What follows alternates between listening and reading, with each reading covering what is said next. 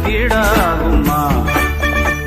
பல தேசம் முழுதும் பேசும் மொழிகள் தமிழ் போல் இனித்திடுமா? சொர்க்கமே என்றாலும் அது நம்மூர போல வருமா? அட என் நாடு என்றாலும் அது நம் நாட்டு கீடாகுமா?